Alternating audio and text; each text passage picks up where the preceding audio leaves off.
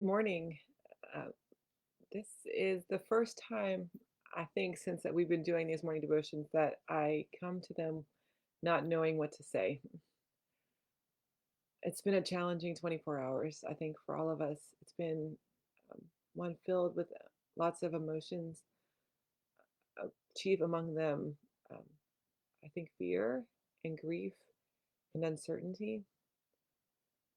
And I sat yesterday all day watching the news and thinking about what I could say, what what I could say today to help us understand, to help us process this moment in time, to help us acknowledge our grief and our fear and our hurt.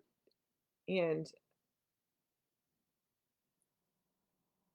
all I can say is that um, that's what we feel. Whatever it is you're feeling right now is what you're feeling.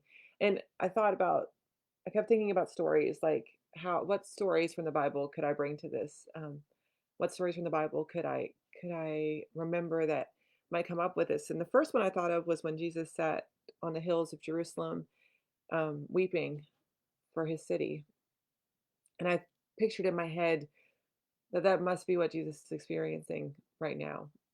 Jesus must be sitting on the hills and weeping and grieving. And the second thing I thought of was this passage from Matthew. It's Matthew chapter 6. The eye is the lamp of the body. Therefore, if your eye is healthy, your whole body will be full of light. But if your eye is bad, your whole body will be full of darkness. If then the light in you is darkness, how terrible that darkness will be. No one can serve two masters. Either you will hate the one and love the other, or you will be loyal to the one and have contempt for the other.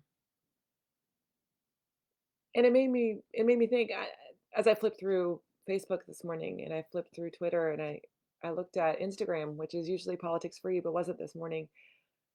And I made the mistake of clicking into some comment sections, and it made me think, which God are we serving? Which gods are leading for us in our lives? Is it our faith?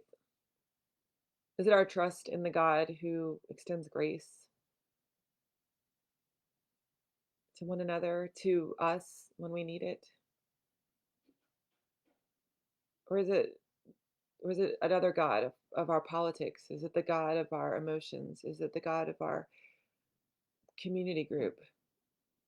Which God are we serving? Because when we serve Jesus first, when our eyes are look at the world through the filter, through the lenses of the Spirit of God, then we see each other as the created, loved child of God. If our eye sees the world in a healthy way and lets in light, then that affects how we treat one another, affects how we treat our community and our world. And I wonder today which master we choose to serve.